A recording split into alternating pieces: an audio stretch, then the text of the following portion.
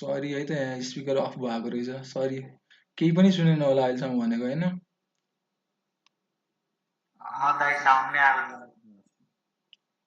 ल स्टार्टिङ गरेँ है त मैले भन्न खोजेको के भनेपछि अब हामीले पहिला हेऱ्यौँ कहाँसम्म भन्दाखेरि भेरिएबलसम्म हेऱ्यौँ होइन भेरिएबल कसरी गएर स्टोर हुन्छ भन्नेसम्म हेऱ्यौँ एकजनाले के क्वेसन सोध्नु भएको थियो भन्दाखेरि इन्टिजर चाहिँ त्यसरी सोल्भ हुन्छ के अरे स्टोर हुन्छ त्यस पछाडि बाँकी अरू चाहिँ कसरी हुन्छ भन्नुभएको थियो मैले इन्टिजर र क्यारेक्टर दुवै देखाएको थिएँ है त क्यार टाइपको पनि देखाएको थिएँ त्यसमा सिम्पल यसरी बुझ्ने के डाटा टाइपको साइज कति छ त जस्तै 4 इन्टिजरतिर हेऱ्यौँ भने हामीले 4 थियो नि त 4 बाइट थियो 4 बाइट भने पछाडि अब त्यसलाई मेमोरीसँग रिलेट गर्ने के मेमोरीको भित्रको डब्बा एउटा डब्बाको साइज कति छ त भन्दाखेरि 1 बाइट छ के 1 बाइट भनेको कति छ 1 बाइट हो त्यो भनेको 8 बिट अनि 4 बाइट भने पछाडि 4 वटा डब्बा चाहिँ रिजर्भ गर्नु पर्यो कि इन्टिजरको लागि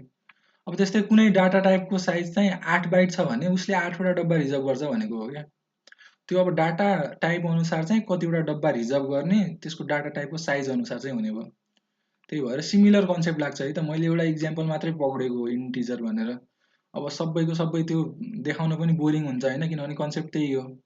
इन्टिजरमा 4 बाइट भनेको छ भने 4 वटा डब्बा रिजर्भ के सिम्पल मिनिङ एउटा बाइट बराबर 8 वटा बिट अनि 4 वटा बाइट बराबर 32 वटा बिट है अब 4 वटा बाइट बराबर 32 वटा बिट हुन्छ होइन हो त्यसरी मैले त्यो गरेको थिएँ मैले पहिल्यै भनेको थिएँ है त त्यो कन्सेप्टहरू एकदमै डिटेलमा जान्छ अनि त्यो डिटेलमा गइसके पछाडि बुझ्न गाह्रो हुन्छ अब बुझ्न गाह्रो भइसके पछाडि चाहिँ रिभिजन गर्ने है त रेकर्डिङ राखिदिएको छ 2 पटक 3 पटक रिभिजन गर्ने अनि अब अर्को के भन्दै थिएँ भन्दाखेरि अब आजसम्म अब हामीले जति पनि क्लास गऱ्यौँ नि एकदमै वान साइडेड टाइपको भइरहेछ होइन मैले पढाइरहेको छु हजुरहरूले बुझ्नु भएको छ कि भएको छैन के भइरहेछ भन्ने पनि थाहा छैन किनभने मैले अहिलेसम्म तपाईँहरूलाई गर्नको लागि कुनै काम पनि दिएको छैन के यस पछाडिको क्लासहरूमा म होमवर्क दिन्छु है तपाईँहरूलाई आफूले एउटा कन्सेप्ट बुझाउँछु अनि त्यो कन्सेप्टसँग रिलेटेड एक दुईवटा क्वेसनहरू दिन्छु त्यो क्वेसनहरू सल्भ गर्ने वाट्सएप ग्रुपमा चाहिँ राख्ने है त वाट्सएप ग्रुपमा फोटो राख्ने फोटोसँग नाम पनि आफ्नो नाम पनि राख्ने है अनि हाम्रो क्लास चाहिँ त्यो कस्तो टाइपको भइरहेछ वान साइडेड लभ स्टोरी हुन्छ नि एकातिरबाट पुरै इफोर्ट दिइराख्ने टाइपको त्यस्तै चलिरहेछ कि अहिलेसम्म अब तपाईँहरूले बुझ्नु भएको छैन केही अतो पतो छैन त्यही भएर टु साइडेड हुनु पर्यो है त टु साइडेड म बोल्छु अनि तपाईँहरूले होमवर्क दिन्छु बुझ्नु भएन भने मजाले के टिचरहरूसँग पो सोध्न अप्ठ्यारो मान्ने हो त होइन हामीहरूसँग त के अप्ठ्यारो मान्नु पर्यो र आज हामी फर्स्ट प्रोग्राम चाहिँ हेर्छौँ ल फर्स्ट प्रोग्राम हेर्छौँ कन्सेप्ट बुझ्ने है कन्सेप्ट प्रोग्राम भन्ने कुरा सबै आफै गरिहाल्नुहुन्छ तपाईँहरूले एकपल्ट कन्सेप्ट घुस्यो भने अनि त्यस पछाडि सबै प्रोग्राम आफै गर्नुहुन्छ प्रत्येक चिज त्यो प्रोग्राममा लेखेको छ भने त्यो हामीलाई किन आवश्यक पर्यो भनेर खोज्ने त्यत्तिकै हावातालमा गर्ने होइन है त एकपटक एउटा प्रोग्रामलाई मा भएको चिजहरू कुन चिज किन आवश्यक पर्यो भनेर बुझ्यो भने प्रत्येक प्रोग्राममा त्यही चिज प्रयोग गर्ने हो के जस्तै इक्जाम्पलको लागि तपाईँलाई कुनै दुईटा नम्बर लिएर एडिसन गर्ने भनेर भन्यो भने तपाईँले त्यो प्रोग्राम गर्नको लागि एडिसन गर्ने प्रोग्राम गर्नको लागि जुन जुन कुराहरू प्रयोग भएको छ नि त्यो कुराहरू तपाईँले एकदमै गहिरो रूपमा बुझ्नुभयो भने भोलि तपाईँलाई मल्टिप्लिकेसन गर भनेर कसैले भन्यो भने पनि कन्सेप्ट युज गर्ने सेम हो क्या त्यही भएर प्रत्येक चिजको मिनिङ के हो त्यो बुझ्नु पर्यो अब हामी एउटा स्याम्पलबाट आज जान्छौँ होइन फर्स्टमा पहिला सुरुमा त के गर्नु पर्यो भन्दाखेरि कुनै एउटा प्रब्लम सल्भ गरिरहेछ भने युजरबाट केही कुराहरू इनपुट लिनु पर्यो र युजरलाई आउटपुट पनि दिनु पर्यो क्या फर इक्जाम्पल तपाईँले एउटा रेक्टेङ्गलको एरिया क्यालकुलेट गर्नुपर्ने छ भने युजरबाट इनपुट लिनु पर्यो के लिनु पर्यो भन्दाखेरि लेन्थ र ब्रेथ लिनुपर्ने होला क्या अनि युजरले आउटपुट पनि दिनु पर्यो के दिनु पर्यो एरिया अफ रेक्टेङ्गल क्यालकुलेट गरेर दिनु पर्यो अब हामीले भेरिएबलको बारेमा त्यत्रो डिस्कसन गरिसकेका छौँ होइन पहिला सुरुमा एकपटकमा एउटा भ्यालु कसरी इनपुट लिने भनेर मैले देखाएको छु है त्यसको लागि एउटा प्रिन्टएफ भन्ने फङ्सन छ जसले चाहिँ म्यासेजलाई डिस्प्ले गराउने काम गर्छ प्रिन्टएफको काम कुनै पनि म्यासेजलाई स्क्रिनमा डिस्प्ले गराउने युजरसँग माग्नु पर्यो नि त है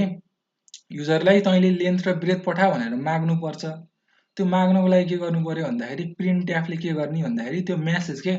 तैँले लेन्थ र ब्रेथ हाल भनेर दिने जुन म्यासेज हुन्छ त्यो म्यासेजलाई डिस्प्ले गर्ने काम के कुनै पनि चिजलाई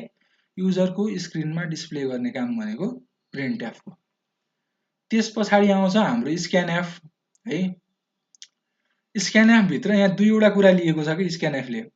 है। यो दुईवटा कुराको अर्थ के हो त भन्दाखेरि पर्सेन्टेज डी भनेको छ अनि यतापट्टि एम्पर्सेन्ट एज भनेर भनेको छ है त। जुन यहाँ एम्पर्सेन्ट एज छ यसमा एज भनेको चाहिँ भेरिएबल हो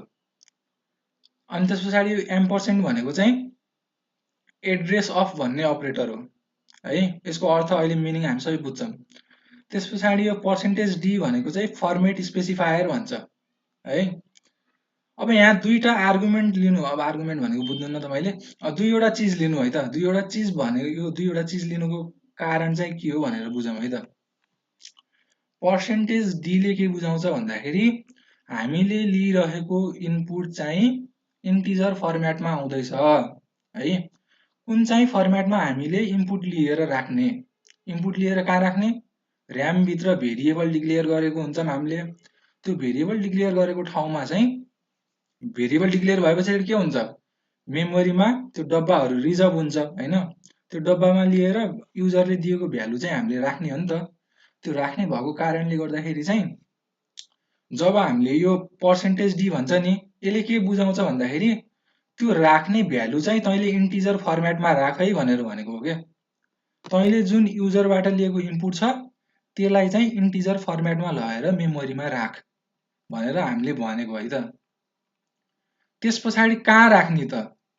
इन्टिजर फर्मेटमा त राख्ने, कहाँ राख्ने भन्दाखेरि हामीले प्रोग्रामिङमा कोड गर्ने बेला के गरेका थियौँ, भेरिएबल डिक्लेयर गर्छौँ। भेरिएबल डिक्लेयर गरे पछाडि के हुन्छ त भन्दाखेरि मेमोरी स्पेस के भएको थियो, रिजर्भ भएको थियो। हो त्यो मेमोरी स्पेस रिजर्भ भएको मेमोरी भित्रको एड्रेस हुन्छ नि त, त्यो स्पेसको एड्रेस जहाँ चाहिँ हामीले मेमोरी रिजर्भ गरेर राखेको छ है त। त्यो मेमोरी रिजर्भ गरेर राखेको एड्रेसलाई भनेको छ क्या। एज भन्ने भेरिएबलको लागि तैँले जहाँ मेमोरी छुट्याएर राखेको छस् नि त्यो एड्रेस चाहिँ मैले दिएँ भनेर भनेको हो क्या। एड्रेस अफ एजमा लगेर तैँले ल्याएको भ्यालु जुन चाहिँ इन्टिजर फर्मेटको छ हैन त्यसलाई लगेर राख भनेको हो, सिम्पल मिनिङ। पहिलो चिजले के बुझाउँछ भन्दाखेरि हामीले युजरबाट लिएको इनपुट चाहिँ कुन फर्मेटमा लगेर राख्ने, कुन फर्मेटमा लगेर राख्ने भनेको कारणले गर्दाखेरि यसलाई फर्मेट स्पेसिफायर भनेर भनेको। दोस्रो कुराले के बुझाउँछ भन्दाखेरि कहाँ लगेर राख्ने, पहिलोले कुन फर्मेटमा राख्ने, दोस्रोले कहाँ लगेर राख्ने भनेर बुझाउने भएको कारणले गर्दाखेरि यिनीहरूको अब नामबाटै बुझ्नु है त। जुन यो एम्पर्सेन्ट भन्ने छ कुनै पनि भेरिएबलको अगाडि तपाईँले एम्पर्सेन्ट भन्ने साइन राखिदिनु भयो भने